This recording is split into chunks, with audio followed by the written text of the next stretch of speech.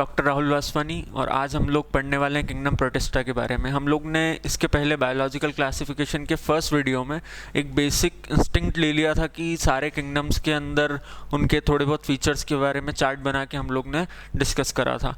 उसके बाद हमने देखा था कि R.H. विटेकर जो हैं उन्होंने 5 किंगडम क्लासिफिकेशन दिया था, जो कि आज के टाइम पे सबसे ज़्यादा एक्सेप्टेड क्लासिफिकेशन माना जाता है। ठीक है, तो उसमें हम लोग पहले डिस्कस करने वाले हैं kingdom Protista, then Monera, Plantae, Animalia और फंगाई। ठीक है, तो सबसे पहले हम लोग प्रोटिस्टा के अंदर 3 चीज़ों के बारे में मेनली डिस्कस करने वाले हैं।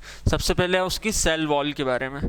सेल वॉल, क्योंकि सेल वॉल जो है इसमें किसी ऑर्गेनिज्म के अंदर है, किसी के अंदर नहीं है, और जिस भी ऑर्गेनिज्म के अंदर है उन सब के अंदर ये अलग अलग फॉर्म के अंदर प्रेजेंट है। ठीक है, तो पहले हम लोग बात करते हैं क्राइसोफाइट्स के अंदर। क्राइसोफाइट्स जो हैं इनके बहुत सारे नाम दे के रखे हैं, और इसके अंदर डायटम्स जो हैं इसकी वजह से भी एक ओरिजिनेशन इसको मिलता है, डायटोमिशियस ऑर्गेनिजम्स। डायटोमिशियस ऑर्गेनिजम्स क्यों बोलते हैं? क्योंकि इनके पास सिलिका होता है। इनकी सेल वॉल के अंदर क्या प्रेजेंट होने वाला है? सिलिका। ठीक है, और इनको सिलिकेशियस ऑर्गेनिज्म भी बोलते हैं। तो सबसे पहले इनकी सेल वॉल क्या हो गई? सिलिका की बनी हुई है। ठीक है, अब सिलिका जो होती है ये सारे ऑर्गेनिज्म ज़्यादातर मैराइन होते हैं। ठीक है, एक्वेटिक तो सारे ऑलमोस्ट सारे ही प्रोटिस्ट एक्वेटिक हैं, बहुत कम ऐसे होंगे जो नॉन एक्वेटिक होंगे। और उसमें से जो सबसे पहला है डायटम्स, वो लोग क्या हैं? मैराइन फॉर्म के हैं। और इनका जो मैराइन फॉर्म है, इसके बाद ये जब वहाँ पे उनकी डेथ होती है तो ये नीचे अर्थ में डिपॉजिट होते जाते हैं। जो ओशन की सरफेस होती है वो पूरे तरीके से फिल्ड किसकी वजह से होती है? डायटम्स की वजह से। और डायटम्स कैसे बने हुए हैं? मेनली सिलिका से बने हुए हैं। ठीक है, और इनका जो स्ट्रक्चर होता है वो एक सोप बॉक्स के जैसा होता है, मतलब इस तरह से। ठीक है, तो इसको सोप बॉक्स भी कहा जाता है, सोप बॉक्स। ठीक है, तो सोप बॉक्स जो है इनकी अगर डेथ हो जाती है तो ये ज़मीन के नीचे इकट्ठा होते जाते हैं, और इसकी वजह से हम उस ओशन का जो एरिया होता है उसको बोलते हैं डायटोमिशियस एरिया, और उसकी वजह से इसको डायटोमिशियस अर्थ भी कहा जाता है। ठीक है, मतलब ओशन के अंदर सबसे ज़्यादा क्या डिपॉजिटेड है? डायटम, जिनके पास क्या है? सिलिका। और एक्चुअल में इनको ये एक टाइप के प्लैंकटॉन्स हैं, जैसे आपने जू प्लैंकटन और फाइटोप्लैंकटन कहीं पे सुना होगा। फाइटोप्लैंकटन मतलब जो छोटे ऑर्गेनिज्म जो प्लांट है, और जू प्लैंकटन मतलब वो छोटे ऑर्गेनिज्म जो कि एनिमल है। तो ये है फाइटोप्लैंकटन। फाइटोप्लैंकटन क्यों है? फाइटोप्लैंकटन मतलब इनके पास मूव करने की कैपेबिलिटी नहीं है, लेकिन ये फोटोसिंथेसिस करते हैं। सबसे ज़्यादा जो फोटोसिंथेसिस होता है ओशन के अंदर, तो वो सबसे ज़्यादा जो कंट्रीब्यूशन होता है वो होता है डायटम्स का। ठीक है, तो these are the chief producers in the ocean, diatoms. ठीक है, तो ये क्या हो गए? चीफ प्रोड्यूसर्स भी हो गए, चीफ प्रोड्यूसर्स ऑफ ओशियन। ठीक है, सबसे ज़्यादा फोटोसिंथेसिस करवाने में हेल्प करते हैं डायटम्स, और ये कोई मूवमेंट शो नहीं करते हैं। ठीक है, क्योंकि इनके पास कोई फ्लैजेला नहीं है। ठीक है, तो ये हो गए ए फ्लैजेलेटेड ऑर्गेनिज्म, क्राइसोफाइट्स। अब नेक्स्ट हम लोग डिस्कस करते हैं। अच्छा, इन लोग के हम लोग ने मोशन डिस्कस कर ली, सेल वॉल डिस्कस कर ली, न्यूट्रिशन क्या हो जाएगा? Autotrophic nutrition. अब डायनोफ्लैजिलेट्स के बारे में बात करें तो डायनोफ्लैजिलेट में फ्लैजिलेट से आपको पता पड़ रहा है कि इनके पास क्या होंगे? फ्लैजेला मोशन के लिए, और डायनो मतलब 2 फ्लैजेला। तो इनके जो फ्लैजेलाज होते हैं वो, अगर ये ऑर्गेनिज्म है तो उसमें 2 तरीके से प्रेजेंट होते हैं। ये एक होता है हॉरिजॉन्टल और एक होता है वर्टिकल। तो 2 टाइप के फ्लैजेला इनके अंदर, एक है हॉरिजॉन्टल फ्लैजेला और एक है वर्टिकल फ्लैजेला। ठीक है, इसलिए इनको डायनोफ्लैजिलेट्स बोला जाता है। ओके, और इनके पास सबसे इन लोग का जो मोशन होता है वो प्रेजेंट होगा, मतलब ये दोनों एरिया में मूव कर सकते हैं। एक ट्रांसवर्सली मूव कर सकते हैं आगे पीछे, और हॉरिजॉन्टली मूव कर सकते हैं इनके फ्लैजेलास की हेल्प से, डायनोफ्लैजिलेट्स। और इनके अंदर एक एग्जाम्पल है गोनियोलॉक्स। गोनियोलॉक्स जो है ये एक्चुअल में इसको रेड डाइनोफ्लैजिलेट भी कहा जाता है। ये बहुत सारे बल्क में प्रेजेंट हो जाते हैं और बल्क में होने की वजह से क्या होता है, इनके अंदर से एक पिगमेंट प्रोड्यूस होता है। ये कवर करने लग जाते हैं ओशियन की अपर सरफेस को, और अपर सरफेस को कवर करते करते ये करीब हंड्रेड्स ऑफ मीटर्स में फैल जाते हैं, और इनके अंदर से जो पिगमेंट्स सिंथेसाइज होते हैं वो दूसरी स्पीशीज़ के लिए हार्मफुल हो जाते हैं। दूसरी जो प्लांट स्पीशीज़ और उसके नीचे जो फिशेस होती हैं उनके लिए हार्मफुल हो जाने लगते हैं, क्योंकि इनके पास जो पिगमेंट होता है वो थोड़ा पॉइजनस होता है। और उसके लिए सबसे कॉमनली कौन रिस्पॉन्सिबल है, गोनियोलॉक्स, और इनको क्या और बोला जाता है, रेड टाइड्स। ठीक है, और इनकी एक और चीज़ है, इनकी जो सेल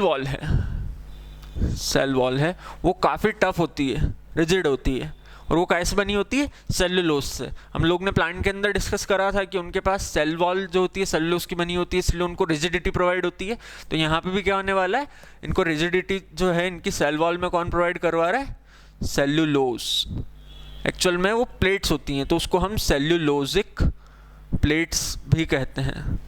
ठीक है, तो ये हो गया हमारा डाइनोफ्लैजिलेट्स। डाइनोफ्लैजिलेट्स के बाद थर्ड है हमारे पास यूग्लिनॉइड्स। यूग्लिनॉइड से आपको एग्जाम्पल तो एकदम क्लियर हो गया होगा कि इसके अंदर क्या होने वाला है, यूग्लिना। अभी तक हमने ये जो दो ऊपर वाले डिस्कस करे, ये फर्स्ट वाला जो था ये चीफ प्रोड्यूसर है, मतलब क्या है, ऑटोट्रॉफिक है। इसके बाद वाला भी क्या है, ऑटोट्रॉफिक है, ये भी फोटोसिंथेसिस शो करता है। इसके बाद कुछ वेरिएशन आने वाला है, ये ऑटोट्रॉफिक भी है और हेटरोट्रॉफिक भी है। ऐसा कैसे हो सकता है, मतलब ये एक्चुअल में क्या है, मेक्सोट्रॉफिक है। तो इसका जो न्यूट्रिशन का मोड है वो कैसे चेंज होता है, अगर इसको सनलाइट मिल रही है तो ये ऑटोट्रॉफिक रहेगा।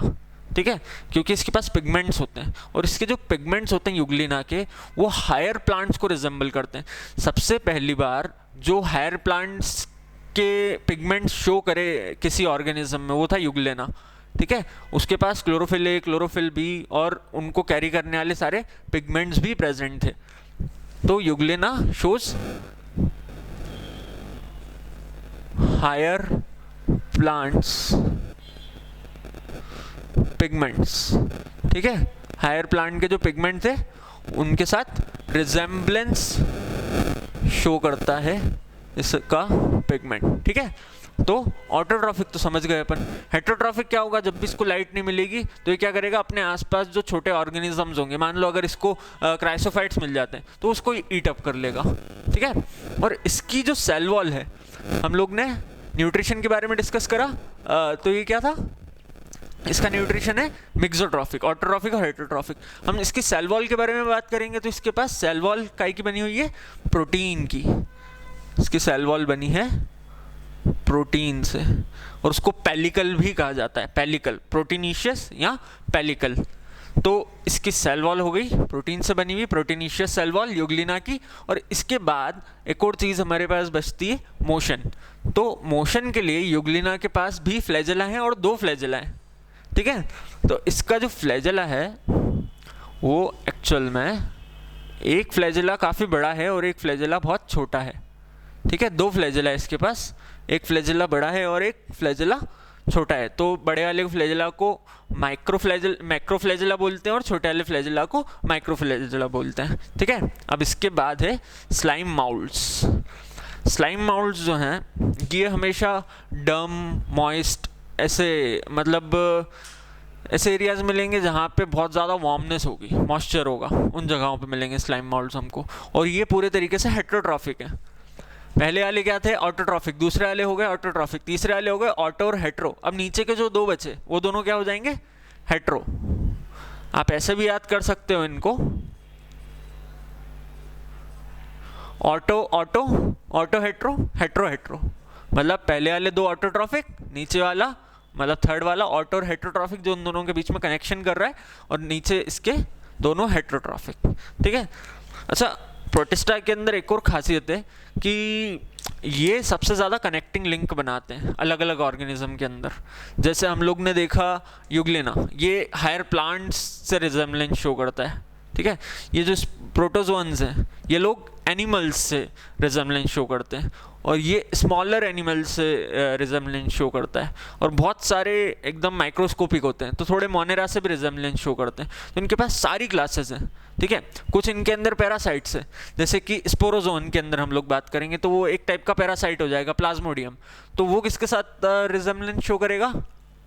मोनेरा के साथ। और उसके बाद हमारे पास फंगाई जो है वो भी क्या होती हैं? सेप्रोफाइट्स होती है। तो इसके अंदर सेप्रोफाइटिक भी क्लास है, जैसे कि स्लाइम माउल्ट्स, ये मेनली सेप्रोफाइट्स होते हैं और वार्म और मॉइस्ट एरियाज में मिलते हैं हम लोग को, ठीक है। तो जो प्रोटिस्टा है वो हर दूसरे किंगडम के साथ रिजेम्बलेंस शो करता है, एक बीच में कनेक्टिंग लिंक बनाता है बहुत सारे ऑर्गेनिजम्स की। और इसको ऐसा भी कहा जाता है कि सबसे पहले डेवलप होने वाले जो यूकैरियोट्स है वो सारे इससे ही डेवलप हुए हैं, क्योंकि हम लोग ने देखा था कि मोनेरा जो थे वो प्रोकैरियोट्स थे और यूनिसेलुलर थे, और प्रोटिस्टा जो है वो यूकैरियोट है और यूनिसेलुलर है, ठीक है। इसके बाद जो हायर ऑर्गेनिज्म आए वो यूकैरियोट्स थे और साथ में उनकी सेलुलरिटी बढ़ती गई, मतलब वो मल्टी सेलुलर होते गए, और ये क्या रह गए? यूनिसेलुलर, ठीक है। तो वो इन्हीं से डेवलप हुए हैं। प्रोटिस्टा जो है वो बेसिक क्लास है, इन्हीं से आगे के ऑर्गेनिजम्स डेवलप होते गए। हाँ, अब हम लोग स्लाइम माउल्ट के अंदर एक और चीज़ है, फ्रूटिंग बॉडी। इसकी जो फ्रूटिंग बॉडी है क्या होता है, जैसे अगर इसको नॉर्मली सारा फेवरेबल कंडीशंस मिल रही है तो ये इजीली रिप्रोड्यूस कर जाएगा, लेकिन अगर इसको इसकी फेवरेबल कंडीशंस नहीं मिली तो इसके पास सरवाइव करने के लिए एक बहुत अच्छी स्ट्रक्चर है जिसका नाम है फ्रूटिंग बॉडी। फ्रूटिंग बॉडी जो होती हैं, ऐसा समझो कि ये कोई जगह है जहाँ पे डेवलप हो रहा है। फ्रूटिंग बॉडीज़ के ऊपर बहुत सारे स्पोर्स लगे हुए हैं। ये स्पोर्स जो हैं ये शेड ऑफ करेंगे और अलग अलग जगह पे जाके बिखर जाएंगे, ठीक है। और ये कब हो रहा है? जब अनफेवरेबल कंडीशन है। तो अनफेवरेबल कंडीशन में अलग अलग जगह पे जाके डिस्ट्रीब्यूट हो गए। अब जैसे इनको फेवरेबल कंडीशन मिलेगी तो ये क्या होंगे? इनको वार्मनेस मिली, मॉइस्चर मिला, तो ये लोग ग्रोथ शो करेंगे और ये वापस से अपने स्लाइम माउल्ट में कन्वर्ट हो जाएंगे।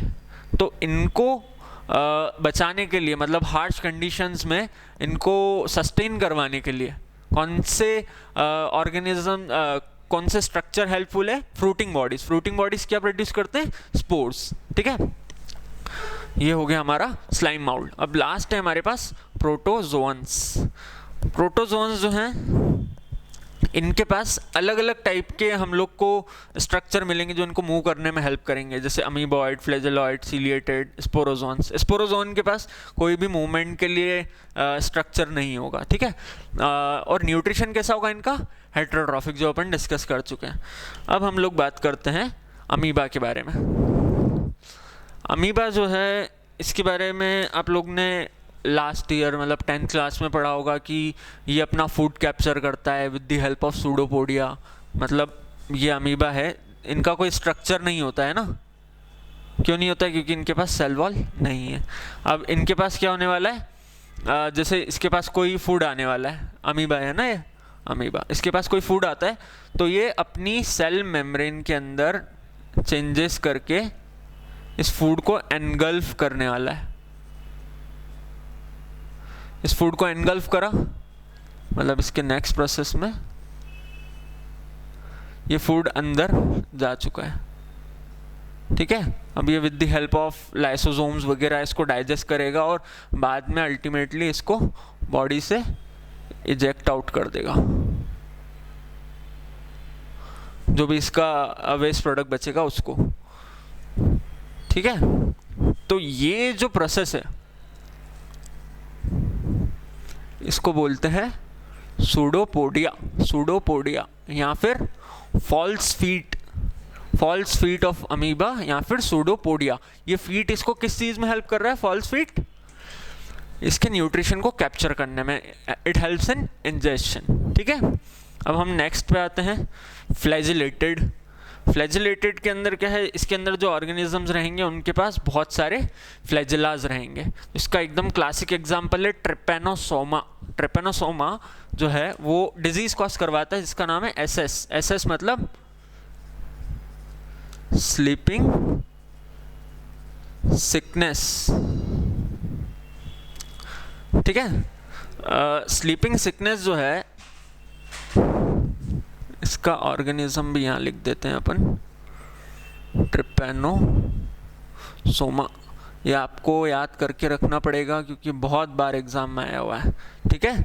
और ये किसका एग्जाम्पल है, ये अच्छे से याद रखना है, फ्लैजिलेटेड प्रोटोजोन का एग्जाम्पल है, फ्लैजिलेटेड प्रोटोजोन का एग्जाम्पल है। उसके अंदर ऐसा भी आ सकता है कि ट्रिपैनोसोमा जो है वो it belongs to the amoeboid category, flagellated category और सिलिएटेड कैटेगरी और स्पोरोजोन कैटेगरी। तो हमको क्या लगाना है, फ्लैजिलेटेड, ठीक है।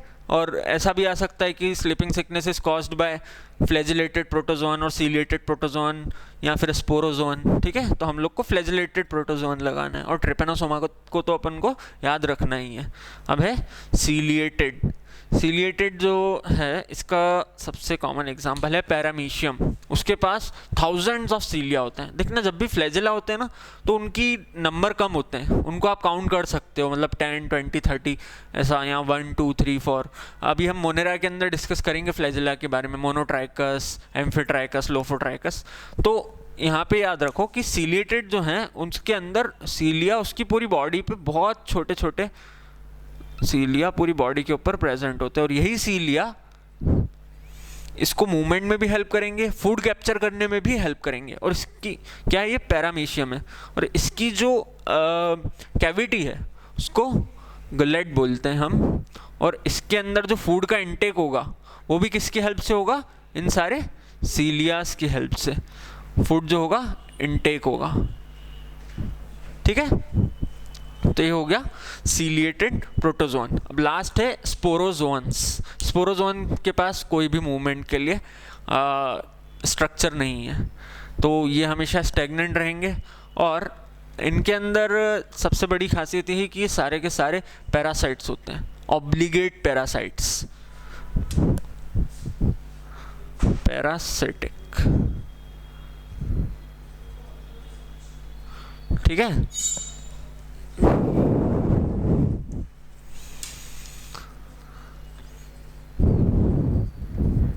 पैरासिटिक है और इसका सबसे अच्छा एग्जाम्पल क्या है, प्लाज्मोडियम। प्लाज्मोडियम के बारे में सुना है आपने, plasmodium vivax, plasmodium malariae, plasmodium ovale, plasmodium falciparum. नहीं सुना है तो हम लोग इसको ह्यूमन हेल्थ एंड डिजीज़ के अंदर कवर करने वाले हैं, ठीक है। तो ये क्या करवाने वाला है, प्लाज्मोडियम मलेरिया कॉज करवाने वाला है, ठीक है।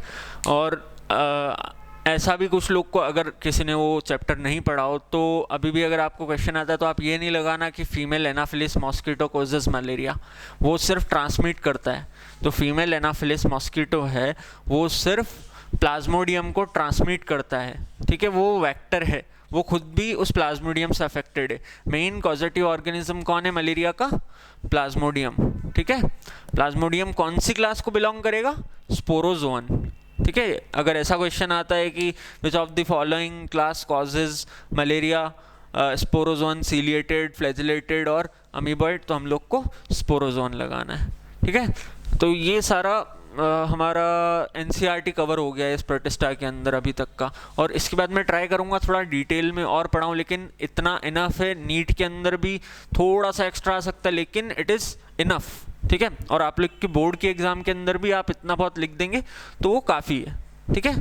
Thank you so much and please subscribe to the channel, like, share and और आपको अगर कुछ डाउट्स हैं तो आप नीचे कमेंट भी कर सकते हैं या तो फिर मुझे व्हाट्सएप कर सकते हैं इस नंबर के ऊपर, ठीक है। Thank you for watching.